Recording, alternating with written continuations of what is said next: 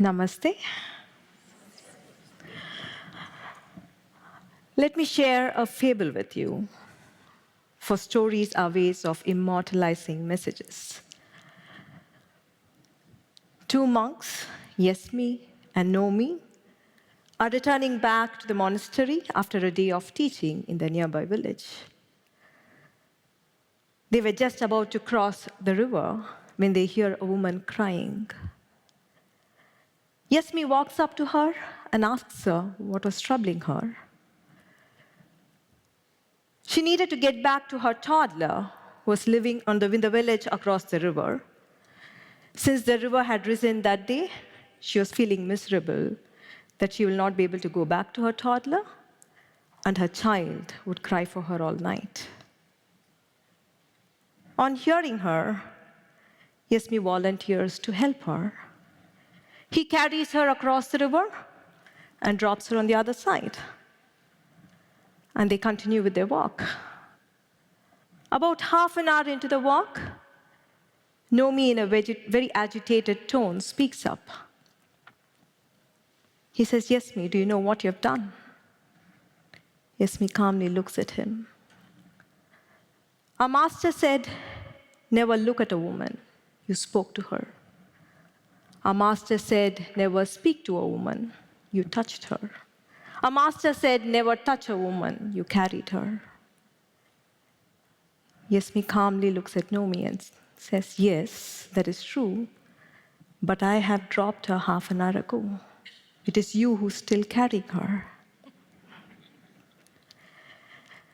Let me take you away from this story for a bit, for a tiny experience of meditation. Please close your eyes.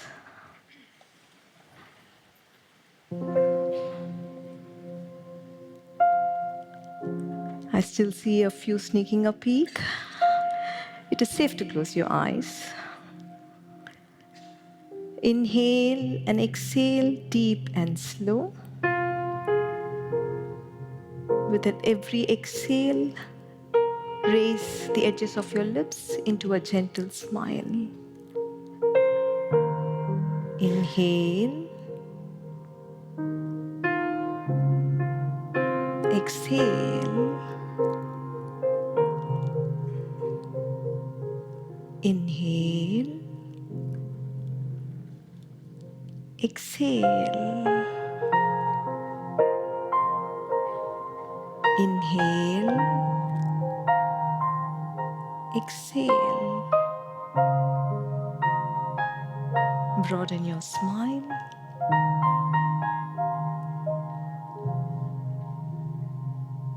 Open your eyes.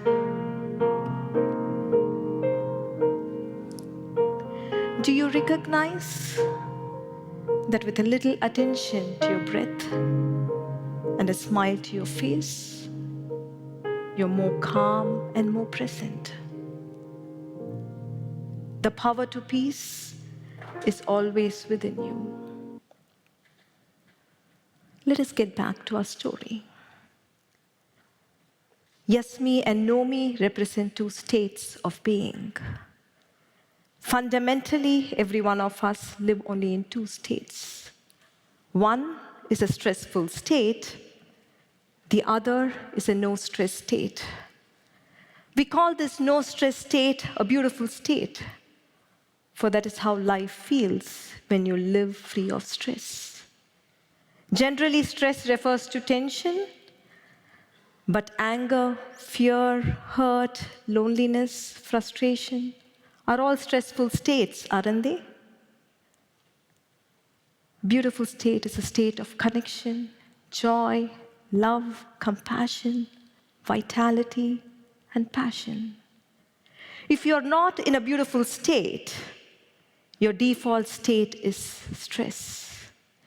If you look at the entirety of human life, behind war or peace, cooperation or corrosive politics, love or separation, persistence or failure, finally, happy children or a generation that is troubled.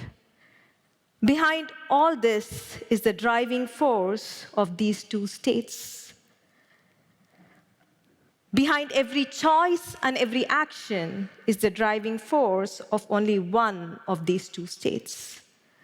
So the most important choice is, from which state do we want to live our life? From which state do we want to relate to the people in our life? From which state do we want to achieve and fulfill every vision of our life? Sadly, our education, entire system of a society, our parents, our religion do not bring sufficient attention to our inner state. In fact, the very structure of education at school makes us compete, makes us feel jealous of another's progress, makes us feel ashamed of being less. It is a total compromise on the essence of being human. Let us get back to our story again. Yes, me represents the beautiful state, and no me represents the stressful state. No me has created a problem in his mind and is paralyzed with it. Yes, me solves the problem of a fellow human being and continues with this peaceful walk. No me is agitated before the event, during the event, and after the event. And his thinking becomes incredibly stupid and complicated because of his inner agitation. Yes, me, while in action, is fully present, and once the action is complete, his departure from the situation too is total. In a beautiful state, there is no compulsive rumination of the past or anxiety over the future. It is a state where you experience inner simplicity and the brilliance of an uncluttered mind. It is a state where you are connected to the present. No me is lost. In a stressful state, you are lost. You're disconnected from the others. You might be amidst people, but yet feel lonely. Yes, me is different. He's connected to the lady's plight. He helps her. He understands Nomi's distress and tries to help him out with a wise remark.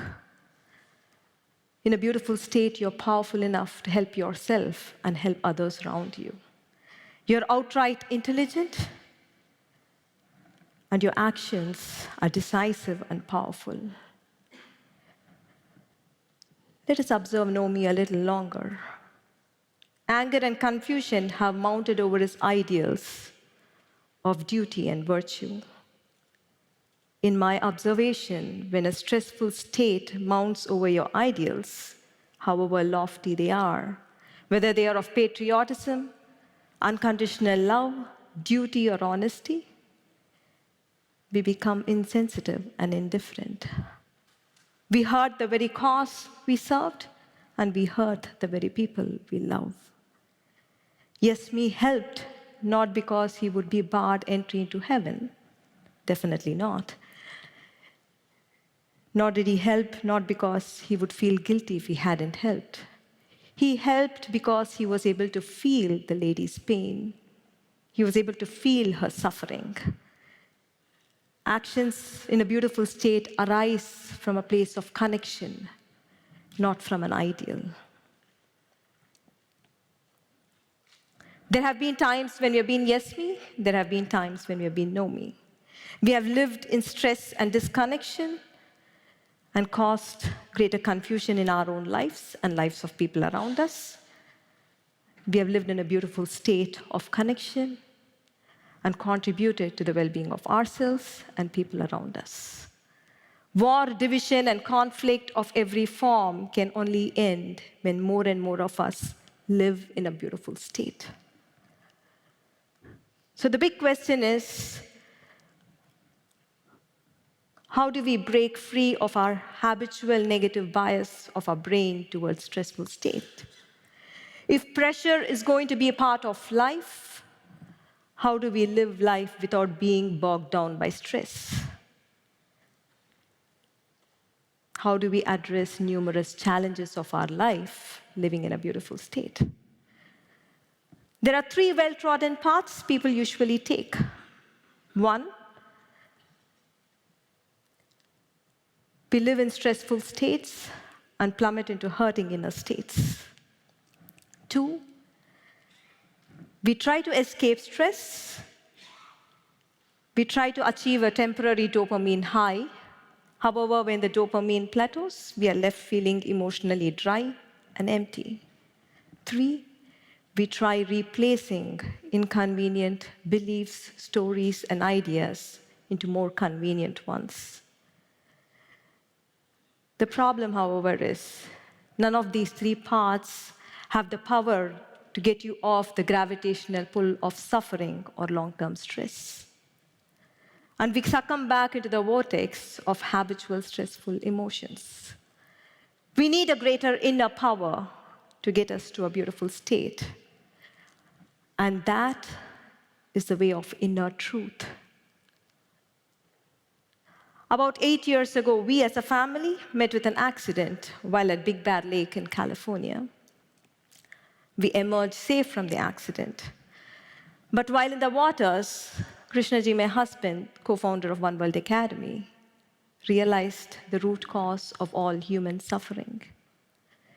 He saw what kept suffering alive for days, months, and years after a stressful event was over in anyone's life. Past and present circumstances, other people and their behavior can trigger stress in us, but they do not keep us chained in our unhappiness. While in the waters, he saw the true reason for humanity's suffering. He saw all emotional suffering arising from obsessive, self-centric thinking. It is a total preoccupation with oneself. It is a total, incessant preoccupation with oneself. And it is this preoccupation that separates you from the other. It is this preoccupation that is responsible for war, conflict, and division of every kind that we see in the world today. This truth can be inconvenient for us. But if we can observe our emotional suffering in the light of this insight, then this truth can liberate us. This truth can set us free.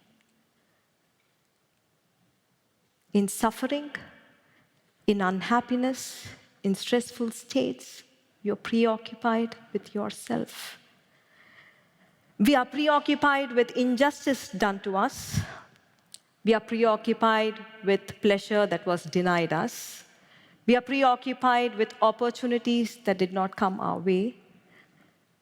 We are preoccupied with love that was withheld from us. It is a total preoccupation with oneself. And in this state, we are not concerned with finding solutions to the problem at hand. For the entire thinking is only me, me, me, me, and me. That is all we think in unhappiness. Let us observe Know Me in the light of this insight. Throughout the story, he's preoccupied. He's preoccupied with his rightness. He's preoccupied with his guilt at having allowed a wrong to happen. He's not concerned about the situation, nor is he concerned about the lady and her son, nor his friend.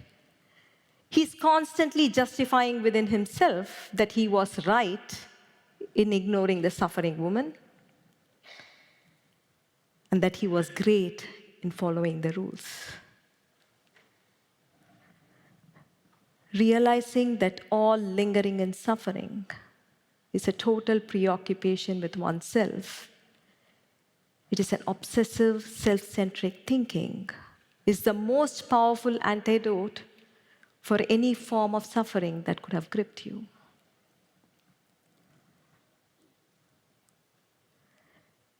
When you see it, not only you walk out of stressful states, but there is a great release of energy. And you awaken to a sense of power, connection, freedom, and purpose. We know the way now. Let's do it. It works. Let us do a small 3-question meditation. Please close your eyes. Please remember, meditation is not about a religion. It is about being human. It is about returning to a beautiful state. Bring attention to your breath. Inhale and exhale, deep and slow.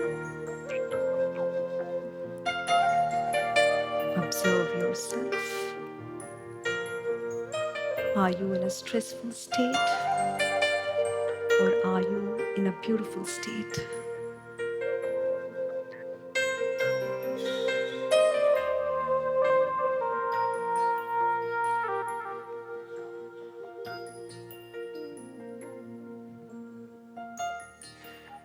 Observe yourself. Are you engaged with your past, or are you engaged with your future? Or are you in the present?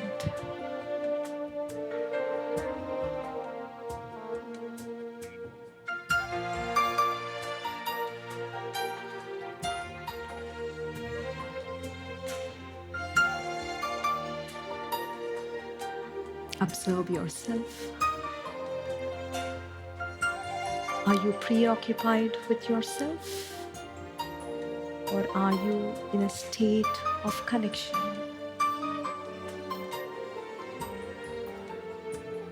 Just observe. Do not try to change anything.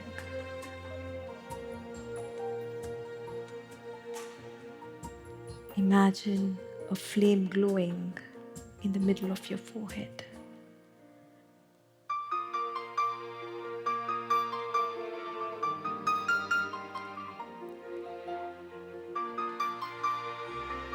Bring a gentle smile to your face.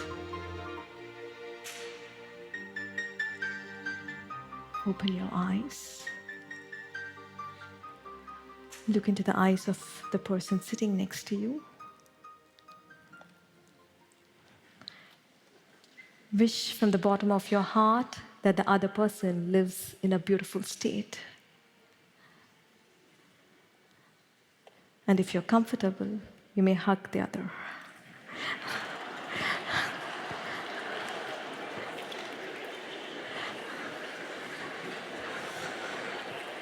Thank you so much. Namaste.